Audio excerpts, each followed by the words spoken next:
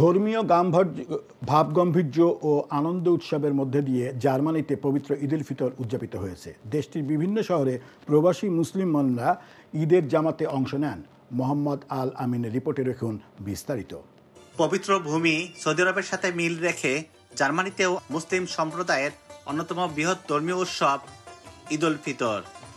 এ উপলক্ষে দেশটির রাজধানী বার্লিন সহ অন্যান্য প্রদেশের নানা শহরের মসজিদ ও বিশেষ স্থানে ঈদের জামাত অনুষ্ঠিত হয়। তবে জার্মানিতে ঈদের সবচেয়ে বড় জামাত অনুষ্ঠিত হয় রাজধানী বার্লিনের পুরনো বিমানবন্দর টেম্পেলহফার মাঠে। স্থানীয় সময় সকাল 10:30টায় এই জামাতে ছিল সর্বস্তরের মুসল্লিদের ভিড়। এদিন সবগুলো ঈদ জামাতে মধ্যপ্রাচ্যের বেশ কয়েকটি দেশ ছাড়াও আফ্রিকার মুসল্লিদের সাথে অংশ নেন সর্বস্তরের প্রবাসী নারী ও পুরুষ। এবারের ঈদ উল ফিতর রোববার ছুটির দিন হওয়ায় উপস্থিতি ছিল অন্যান্য সময়ের তুলনায় একটু বেশি।